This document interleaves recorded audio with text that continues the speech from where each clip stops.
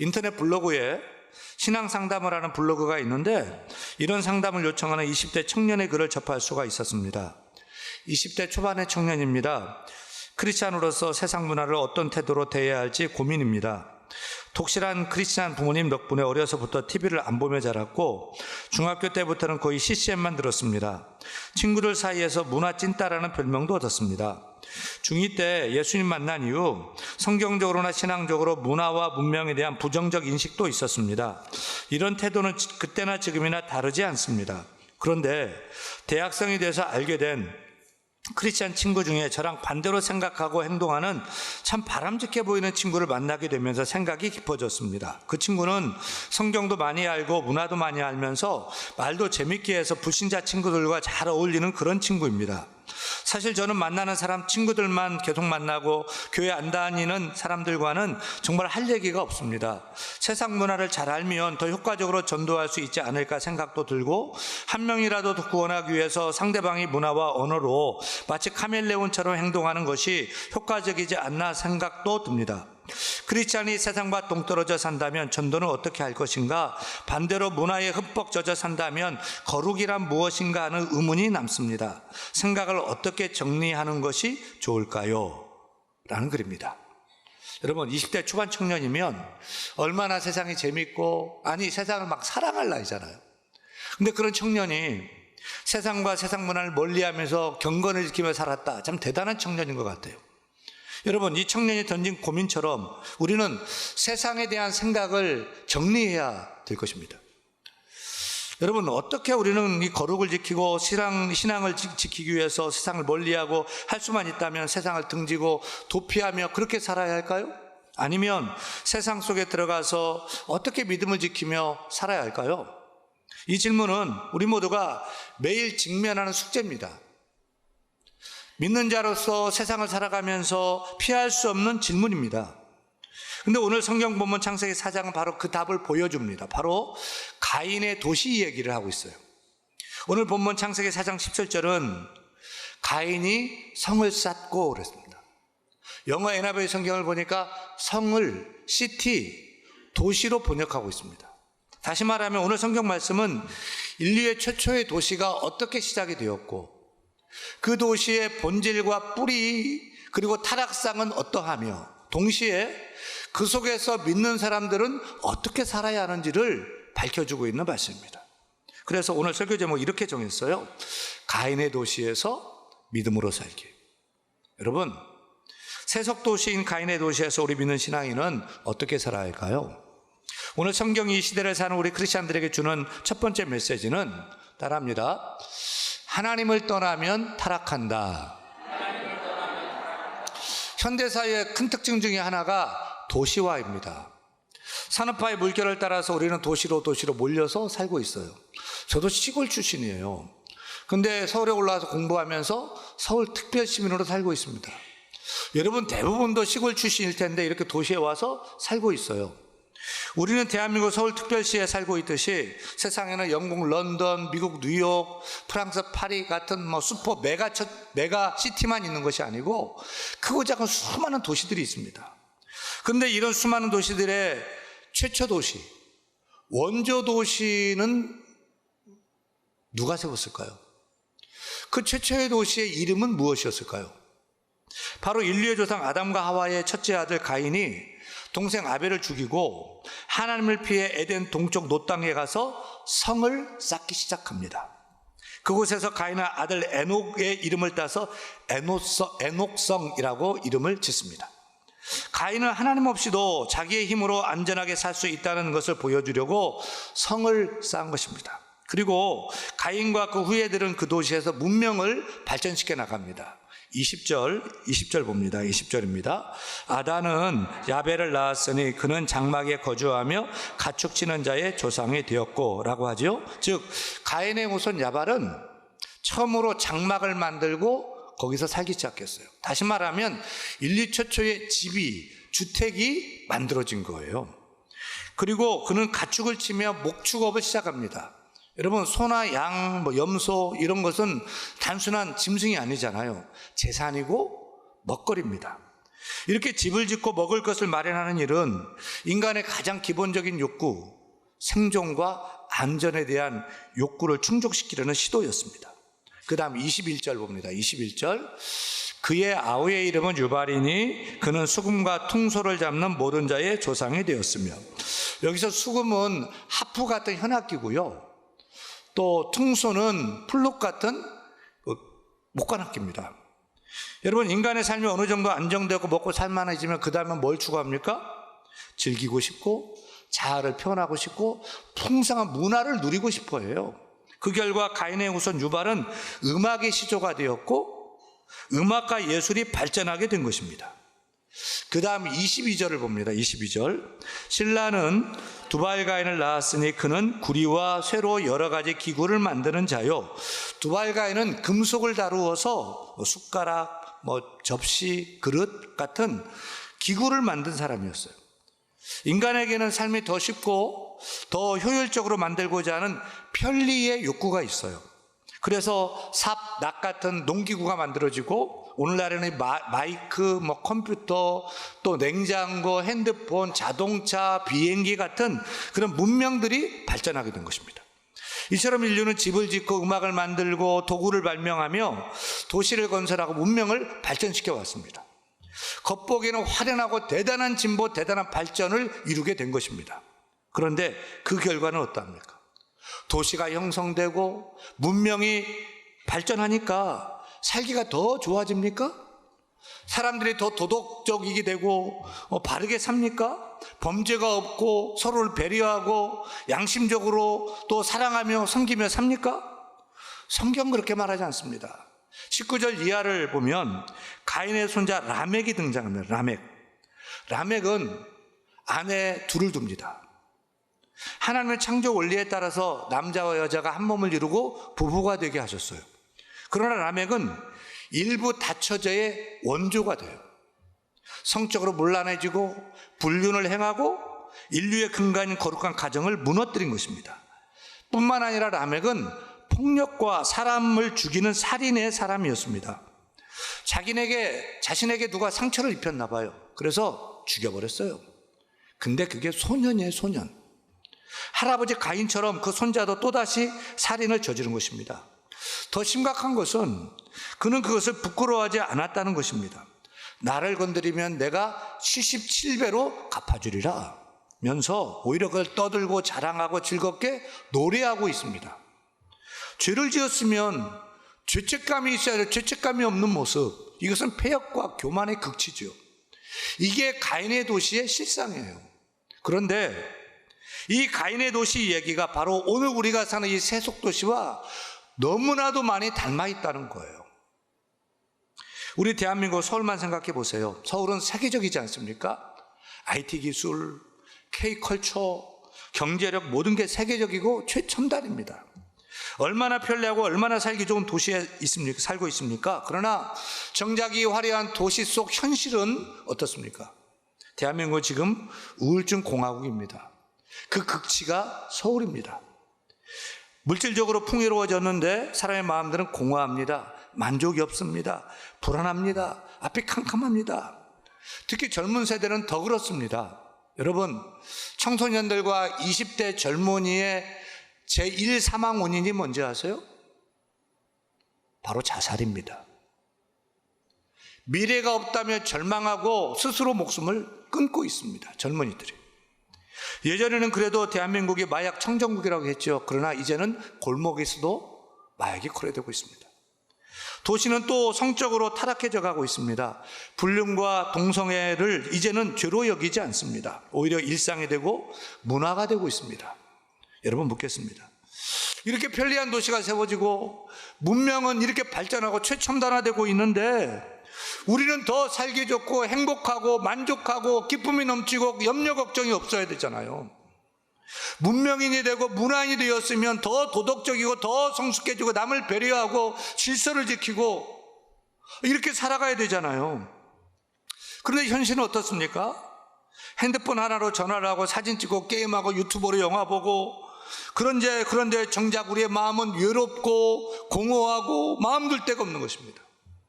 자동차를 몰고 고층 아파트에 사는데 행복이 없습니다. 불행하다고 합니다. 공황장애, 우울증, 조울증은 이제 낯선 병명이 아닙니다. 도시와 문명은 이렇게 발전하는데 사람 사는 건 더 힘들어졌습니다. 헬조선이란 말이 괜히 나온 것이 아닙니다. 우울증 환자가 늘고 폭력과 범죄가 끊이지 않고 있습니다. 문명은 첨단화되고 있는데 삶은 지옥 같다고 합니다. 왜 그럴까요? 도대체 왜 그럴까요? 더 살기 좋아져야 되는데 왜 그럴까요?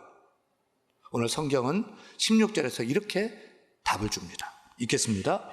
가인이 여호와 앞을 떠나서 에덴 동쪽 놋 땅에 거주하더니, 바로 이 때문입니다. 바로 이것이 문제입니다. 인류의 불행은 바로 여기서 시작이 되었습니다. 죄를 짓고 하나님을 떠났기 때문입니다. 죄를 지었으면 뉘우치고 하나님께 돌아와서 살려주세요 해야 되는데, 죄를 짓고 두려워 떠나고 또 죄 짓고 하나님을 배제한 문명, 하나님 없는 인간 중심의 문명은 결국 불행, 비극으로 펼쳐지게 되는 것입니다. 러시아의 작가 알렉산드르 솔제니친이 1983년 템플러상을 수상하면서 했던 유명한 연설이 있습니다. 그는 러시아 공산정권이 볼셰비키 혁명으로 6천만 명이 넘는 사람들을 학살하고 죽이는 그 공포의 시대를 회상하면서 이렇게 말합니다. 오늘 내가 우리 인민 6천만 명을 삼켜버린 파멸의 혁명이 가능했던 근본 원인을 간결하게 말하라고 한다면 나는 이렇게 대답할 수밖에 없습니다. 사람들이 하나님을 잊었습니다. 그래서 이 모든 비극이 일어난 것입니다. 그렇습니다. 인간의 세속도시의 절망도 마찬가지입니다. 도시와 문명이 발전하면 발전할수록 더 공허해지고, 더 가지려고 할수록 더 두렵고 불안해지고, 더 누리려고 할수록 더 타락하게 되는 이유는 한 가지입니다. 그것은 사람들이 하나님을 잊었기 때문입니다. 삶의 모든 문제는 하나님과 끊어질 때 시작되는 것입니다. 하나님을 떠날 때 인간은 부패하고 타락하게 되는 것입니다. 이것이 바로 하나님을 떠난 문명, 하나님 없는 도시의 실상입니다. 그러면 우리 예수 믿는 신앙인은 이런 세속도시인 가인의 도시에서 어떻게 살아야 될까요? 오늘 성경에 우리에게 주시는 두 번째 메시지는 바로 이것입니다. 따라합니다. 하나님을 부르며 살아야 한다. 하나님을 찾으며 살아야 한다. 26절 봅니다. 26절. 셋도 아들을 낳고 그의 이름을 에노스라 하였으며 그때의 사람들이 비로소 여호와의 이름을 불렀더라. 앞서 살폈듯이 가인의 후손들은 도시를 만들고 문명을 발전시켜 나가서 집을 만들고 음악을 만들고 또 가축도 키우고 도구를 발명했습니다. 하나님을 떠난 도시 문명은 겉보기는 화려하고 풍요로웠지만 그 안에는, 그 끝은 타락과 폭력, 성적 문란함이었습니다. 그러나 성경은 거기서 끝나지 않습니다. 가인의 도시에서 또 다른 이야기가 펼쳐집니다. 아담과 하와에게서 또 다른 아들 셋이 태어났습니다. 그리고 그 셋이 아들을 낳았는데 그 이름이 에노스입니다. 에노스, 그 뜻은 흙, 죽을 수밖에 없는 존재라는 뜻입니다.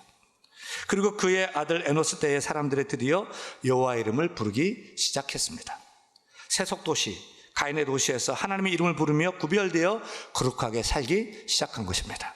사랑하는 여러분, 가인의 도시에서 우리 믿는 자는 어떻게 살아야 될까요? 우리도 여호와 하나님의 이름을 부르며 살아야 할 것입니다. 나는 그와 같이 연약하고 부족하고 죽을 수밖에 없는 존재임을 인정하고 하나님을 찾아야 할 것입니다. 하나님께 예배하고 세상과 구별되어 거룩하게 살아야 할 줄로 믿습니다. 세세계 도시, 범죄 도시, 타락의 도시인 가인의 도시에서 세세 후예들은 하나님의 이름을 부르며 예배하는 예배 문화를 일구기 시작한 것입니다. 여기서 주목할 것은 에노스 때에 사람들이 비로소 여호와 이름을 불렀더라 해서 누가 그랬어요? 믿음의 사람 셋의 아들 에노스가 혼자서 여호와 이름을 불렀대요? 주어가 누구예요? 사람들이. 복수의 복수. 그러니까 가인의 범죄 도시에 사람들이 모이고 흥청망청 막 살아갈 때 한편으로는 에노스와 함께하는 소수의 믿음의 사람들이 있었어요. 물론 아벨도 앞서서 제사했지만 에노스는 혼자 예배한 게 아니에요. 저와 여러분이 함께 예배하듯이 에노스는 여러 믿음의 사람들과 함께 하나님의 이름을 부르며 예배하기 시작한 것입니다. 공식 예배, 공적 예배, 첫 번째 공적 예배가 이렇게 드려지기 시작한 것입니다. 가인과 그 후예들은 인간 중심의 타락한 문화를 발전시켜 나갈 때에 셋과 에노스 그 후예들은 하나님 중심의 예배 문화를 만들어 간 것입니다.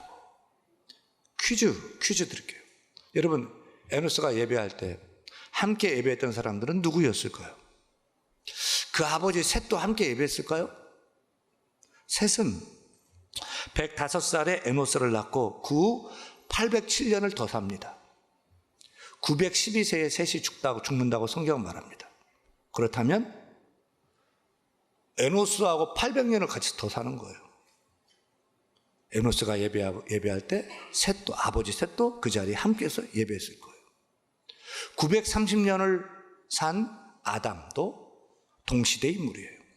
그렇다면 선악과를 따먹고 에덴 동산에서 추방당한 아담과 하와 그리고 셋과 에노스 3대가 그 후예들이 하나님을 찾고 하나님의 이름을 부르며 하나님께 예배하며 살기 시작한 것입니다. 사랑하는 여러분, 그렇다면 이 가인의 도시의 빼박이인 우리가 사는 이 세속 도시에서 우리 예수 믿는 크리스찬들은 어떻게 살아야 한다고 오늘 성경은 말씀하고 있습니까? 우리는 이 세속 도시에서 구별되어서 세상 사람과 똑같이 죄짓고 타락하고 음란을 행하고 문란하게 살아가는 것이 아니라 우리는 이렇게 하나님을 찾고 하나님의 이름을 부르며 하나님께 예배하며 살아야 할 줄로 믿습니다. 세상에 속겠지만 세상과 다른 거룩한 백성의 삶을 살아야 할 것입니다. 좀 더 구체적으로 말해 볼게요. 첫째, 우리는 따라합니다. 예배하며 살아야 한다. 따라합니다. 예배는 옵션이 아니라 생명줄이다. 여러분에게 예배는 어떤 의미입니까? 시간 되면 가고 여건 되면 가는 옵션입니까? 아니면 내가 숨을 안 쉬면 죽듯이 예배 안 드리면 죽는다는 그런 생각과 믿음으로 예배를 드리고 있습니까? 여러분, 예배는 선택이 아니라 필수입니다. 아니, 생명줄입니다.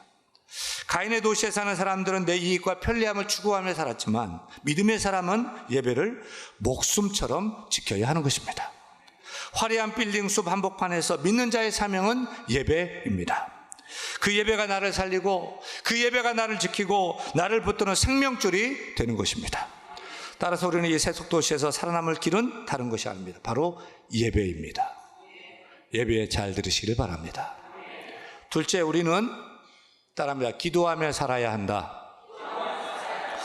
여러분은 스마트폰을 놓지 않으면서 기도는 놓고 있지는 않습니까? 하루에 핸드폰 화면을 수백 번 열어보면서 정작 하나님의 얼굴은 얼마나 찾고 계십니까? 솔직히 내 핸드폰 어디서 핸드폰 안 보이면 큰일 난 것처럼 내 핸드폰 이름 부르면서 내 핸드폰을 찾는데 여러분은 하루에 하나님의 이름을 몇 번이나 부르고 계십니까? 여러분은 가정에서 제일 많이 부르는 이름은 무엇입니까? 돈입니까? 성적, 공부입니까? 취업, 직장, 결혼입니까? 아니면 하나님입니까? 왜 가인의 도시에 사는 사람들은 여호와 하나님 이름을 부르지 않았을까요? 왜긴요? 자기가 하나님이라고 생각했기 때문입니다. 나는 할 수 있어. 내 인생은 내가 책임질 수 있어. 믿었기 때문입니다. 그런데 에노스는 왜 하나님을 찾았습니까? 자신은 흙이고 부족하고 연약하고 죽을 수밖에 없는 존재인 것을 알았기 때문입니다. 그래서 하나님의 이름을 부르기 시작한 것입니다. 하나님을 찾고 하나님을 의지하고 하나님의 도우심을 구하며 기도한 것입니다. 여러분, 이 세속도시 한복판에서 우리가 살아남는 길은 다른 것이 아닙니다. 기도입니다. 하나님을 찾는 것입니다. 하나님을 구하는 것입니다. 기도입니다. 기도하지 않는 순간 우리는 가인의 도시의 사람들과 똑같이 살게 되는 것입니다. 그러나 기도에 무릎을 꿇는 순간 우리는 에노스처럼 하나님을 의지하는 사람, 하나님이 함께 하시는 사람으로 서게 될 줄로 믿습니다. 여러분, 핸드폰을 붙들듯이 기도를 붙드십시다. 그러면 여러분 믿음은 성공입니다. 가정에서도 돈, 취업, 성적만 말하지 말고 하나님의 이름을 부르며 기도하시길 바랍니다. 그러면 승리할 줄로 믿습니다. 아침마다 저녁마다 잠들 때마다 주여 도와주옵소서, 주여 붙들어 주옵소서. 주여 긍휼히 여겨 주옵소서. 주여 이 죄악된 도시에서 믿음으로 살게 하여 주옵소서. 이렇게 여호와 하나님의 이름을 부르며 기도하는 저와 여러분 되기를 축원합니다. 셋째, 우리는 따라합니다. 말씀으로 살아야 한다. 여러분은 중요한 선택을 할 때 누구에게 묻습니까? 네이버에게 묻습니까? 구글에게 묻습니까? 챗GPT에게 묻습니까? 결혼, 직장, 가정, 재정, 인간관계, 인생의 문제를 내 생각이나 내 계산으로만 결정한다면 이미 하나님은 내 인생에서 빠져 있는 것입니다. 그러나 믿음의 사람은 달라야 할 것입니다. 우리는 하나님의 말씀을 기준으로 삼고 말씀에 물어야 할 것입니다. 성경은 단순한 책이 아니라 우리의 발을 비추는 등불이 되고 삶을 인도하는 길잡이가 되고 흔들리지 않는 진리의 기준이 되는 것입니다. 사랑하는 여러분, 세속도시는 늘 우리를 흔들고 있습니다. 돈의 가치가 우리를 흔들고 삶의 세상의 가치가 우리를 흔들고 있습니다. 그러나 우리는 말씀을 내 인생의 기준으로 삼아야 할 것입니다. 그렇게 말씀으로 기준 삼을 때 우리는 흔들리지 않고 이 험하고 악한 세상에서 거룩한 하나님의 백성으로 구별되게 살게 될 줄로 믿습니다.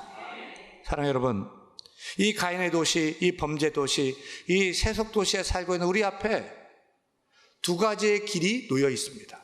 하나는 하나님 없이 세속적인 성공을 쫓는 가인의 길이 있고, 또 하나는 나의 약함을 인정하고 나의 부족을 인정하고 하나님을 부르는 에노스의 길이 있습니다.